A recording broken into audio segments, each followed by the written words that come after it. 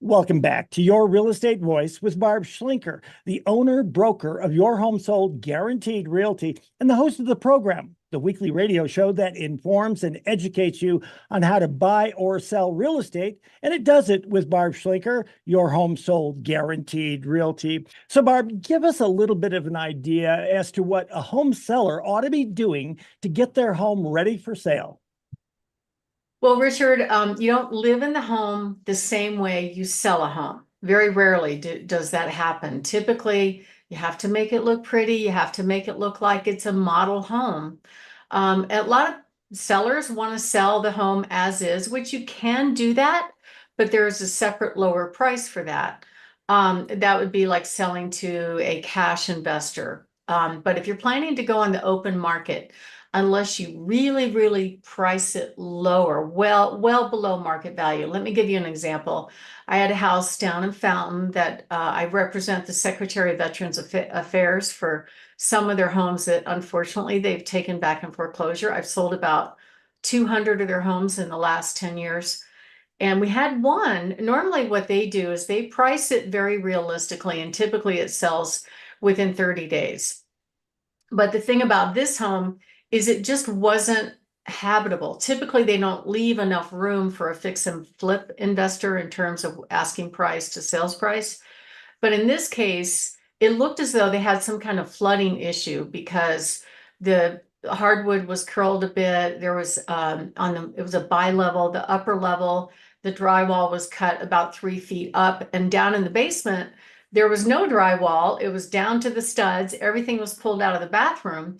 And that's how we got the property. So obviously something had happened. Maybe they had a freeze break in that home and they just let it go to foreclosure. So when we resell it, the VA doesn't typically fix up homes.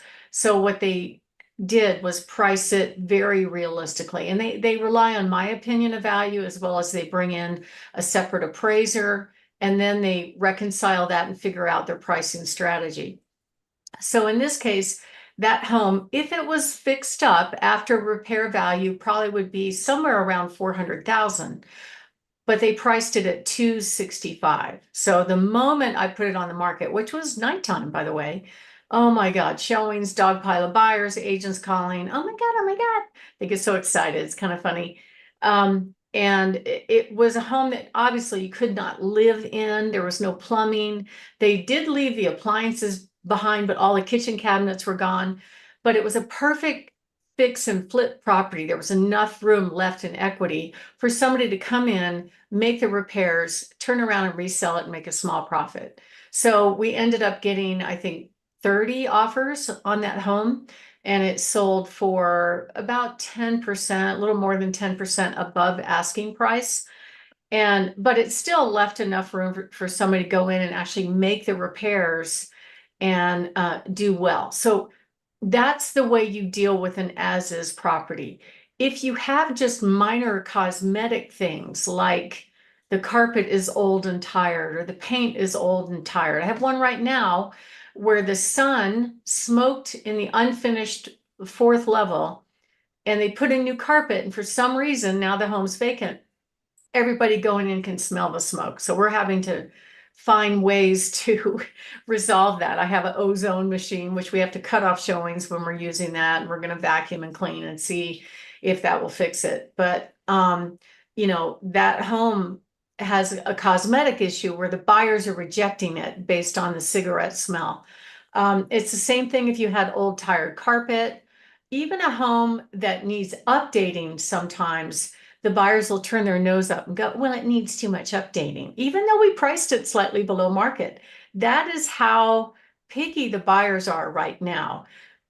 So if you do want full market value, it is very prudent to prepare the home for sale. I'm not talking full on remodel. Most of the time that's not necessary. It really depends on the price range of the home, what your budget is to make improvements, and how you're positioning against the competition. And there are 4 P's that you have to get right. Number 1, preparation. for your pricing strategy. Now, some people go as is. I just sold a home down by Peterson Air Force Base that was a completely as is strategy. That one we got 10 offers. That one we priced 265. It was worth just under 4. It sold for 3. Okay, not bad. We left room. It ended up being an owner occupant buyer that bought it that has the skills to make repairs. Pricing is absolutely critical. How the home is promoted is absolutely critical. If it doesn't look good, the buyers are going to eliminate it based on their passing it by in less than a minute on their cell phones. So all these things come into play, and you just have to pick the right strategy.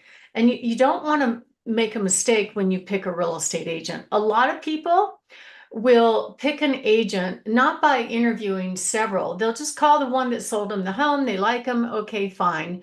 Without really judging whether or not this person's going to do the best for you when handling your largest asset. And now, Richard, did you know that the typical turnover rate of real estate agents has gone up from 80 to 87% of the agents get out of the business within 5 years. Did you know that? Boy, I had no idea. I mean, I know a lot of people, it's easy to get your license and you get out there and you think that you're going to have a lot of success, but it's tough. People don't have the knowledge you have. They don't have the background. They don't have the assets. Honestly, they're not you, and that creates a problem.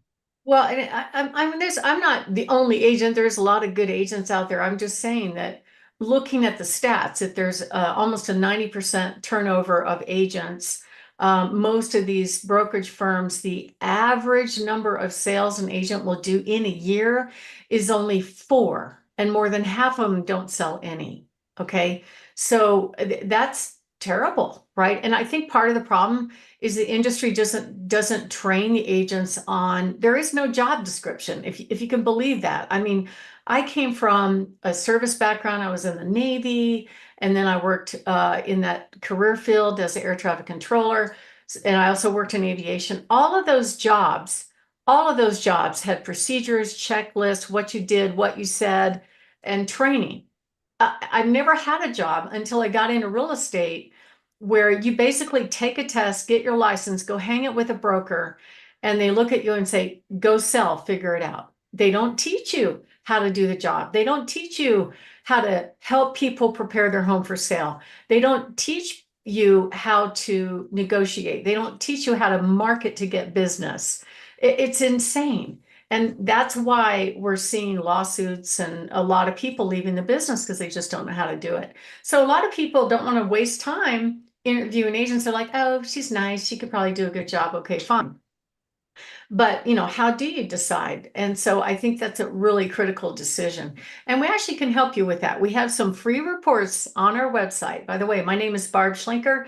I'm the broker owner of Your Home Sold Guaranteed Realty. Barb has the buyers team. And on our website, barbhasthebuyers.com, if you go up to free reports, there's a whole bunch of reports that we offer there for free on how to help you either buy or sell a home. And the key one that we're talking about is a free agent selection guide. Now, these reports actually come with not just one, but several different ways to help you decide who's the best person to get you ready to sell one of your largest assets.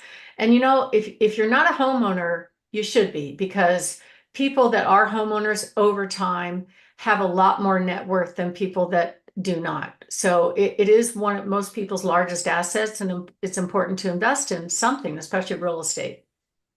Okay, when you're getting ready to go on the market, here's one thing you should do is absolutely clean everything. Go crazy clean, pick up the rugs, clear everything off the counter, make sure the room appears larger. I see some homes that actually have a whole bunch of stuff, all their furniture. And you get used to, it's just natural for people to fill their rooms with clutter, right? And for them, it's okay. They live with it. But when it comes down to a picture, if there's too much in the room, the buyers can't get past it. You can't get them in the door if there's too much clutter because they can't see the house.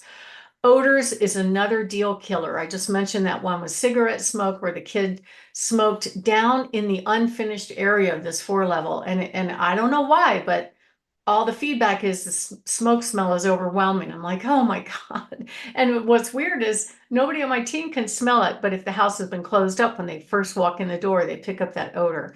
Make sure all your trash is out. Windows is kind of a last thing that you would do, but if you can't see through them, definitely clean them. If they have what they call broken seals, that looks like deferred maintenance. Depersonalize. So it's okay to have a few pictures of family. It's just not right to have a whole, I love me wall in your house when you're selling, because the buyers are getting distracted by all that. You want just one nice, appropriately sized image per wall. And then if you have a view wall, that is your view. You don't need a bunch of images there. So we're talking about what to do and what not to do to get your house ready for sale. I'm Barb Schlinker. I'm the host of this show, your real estate voice, and the broker owner of your home sold guaranteed realty. And when we come back, we're going to give you some really quick tips on how to get your home ready for sale. Richard? You're listening to Your Real Estate Voice with Barb Schlinker of Your Home Sold Guaranteed Realty. She's the host of the program, and you can listen to replays of this show anytime on all of the major podcasts, platforms, plus Barb's YouTube channel, Barb Schlinker. If you're thinking of making a move, call Barb at 719-301-3900. Now, Barb, we're talking about the top 15 tips to sell your home for top dollar. What are the rest of those tips? Well, one of them that's kind of important is let the light in. So a lot of people have heavy drapes, built-in blinds are okay. You want to, when you're taking pictures, you want to open up the blinds. If you've got heavy drapes, replace them with just some very neutral sheers. I tell people that are remodeling, just if they're taking the curtains down to paint or something, leave them down, because they just don't appear good. If you go into models, you'll notice a lot of times they don't have a whole lot for window coverings. Make sure the lights are on for showing. The bedding, you don't want any of these heavy Baroque fabrics with, too much design on it. You want just light and airy and neutral. If you have it in the budget to put a light colored bedding on the beds. Make sure you remove excess furniture and clutter. And consider staging. So we include staging as part of our fee. We have 3 different phases of staging. Some are bring in furniture, some are digitally bring in furniture, some are actually working with your stuff and reorganizing what you have to make it look light and airy and attractive. And in most cases, the sellers are going to net anywhere from 3 to 15,000 more on a properly staged home. And if you look at pictures of houses online, you'll see that not every agent does this. And then some of the other things you want to make sure of before you set your price, make sure you get with an experienced realtor and talk about it. And it's at the end of the day, it's the seller's decision. But if you don't price the home right, that is a part of marketing. Buyers are just going to pass it by with with their phone really, really quickly. And, hire the agent that has some buyers. What's going on right now, in about a month, we're going to see that it's going to be very interesting when the whole real estate industry shakes up by not offering commission online. And all of a sudden, these agents that are showing are going to have a written agreement about how they're going to get paid before they show a house. Now, that is not the case right now. We have this thing called Pop-Tart agents, where a buyer raises their hand thinking they're reaching out to the listing agent. They have no idea that this agent doesn't know anything about the house and they just want to see it, right? So they meet this agent that doesn't know anything about the house. They pop out of the Pop-Tart or the toaster and show up to show the house. And they don't know anything about the house. And in fact, unfortunately, a lot of times these agents actually try to discourage the buyer away from it. We catch that on cameras all the time. And make sure you hire an agent that knows how to negotiate and knows how to help you get ready for sale. And that's all of what we do. We have systems. Plus, if you don't want to deal with the whole dance of opening your home up to the market and letting the buyers judge your home, we offer 100% certainty for all of our sellers. We show up with offers. That way you can sell your home to a cash buyer and not have to deal with it at all. So give us a call at 719-301-3900 or go to barbhasthebuyers.com. Richard? You're listening to Barb Schlinker on Your Real Estate Voice. It's the program over the weekends. And if you're thinking of selling your home and you want to get the most amount of money when you sell, call Barb 719-301-3900 or visit barbhasthebuyers.com. A short break. When we come back, we'll be talking about how to avoid contract failures from the home inspection when you're selling your home. You don't want to miss that.